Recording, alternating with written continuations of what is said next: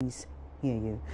Now, marginalizing the physically challenged in our society remains a major challenge we continue to deal with as a country. In spite of the discrimination, there are some physically challenged persons who are not given to the effect of the name calling and stigmatization on their person. The story of Maclean Dzidzienyo is worth telling and emulating as we advocate a fair and friendly environment for persons like him. JoyNews' Ghanaian Dzidzienyo has more in the following story. A kinky seller and a farmer in Ashoman, Greater Accra region, Maclean was a highly spirited child, always playing with his friends. But little did he know that his childhood days were about to change.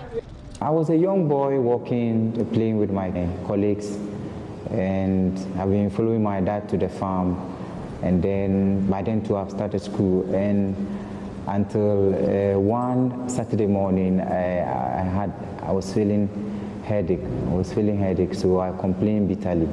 And then my parents took me to the hospital. I was admitted, and then the doctor came, examined me, and then wrongly injected my vein. So after the doctor injected me, I could not stand again.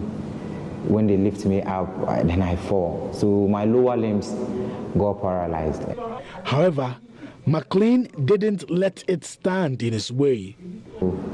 It got to a time I have to leave the house and then fend for myself at that tender age. As time goes on, some people were so helpful to me. And so out of that, I enrolled into my basic school, went to my senior high, and then completed Accra Technical University, and I did accounting. After graduating from Accra Technical University with an accounting degree, Maclean faced rejection in the corporate world due to his disability and couldn't get a job, as some firms said their buildings were not disability friendly.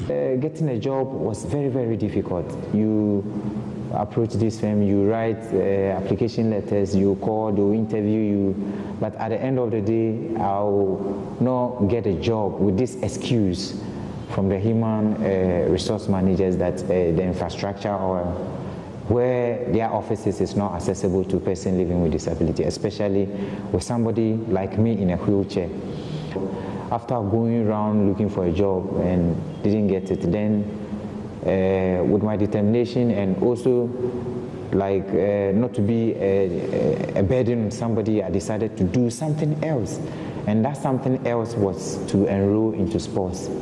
I fell in love with wheelchair racing and then wheelchair tennis.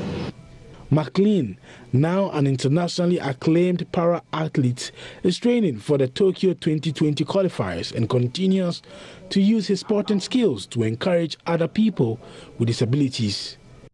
I have represented Ghana internationally in so many countries, and I'm a three-time gold medalist in Desert Challenge Games. I won a gold in 2014, 2015, 2016. We do all these things to tell the public and inspire other persons living with disability that we have got some capabilities within us.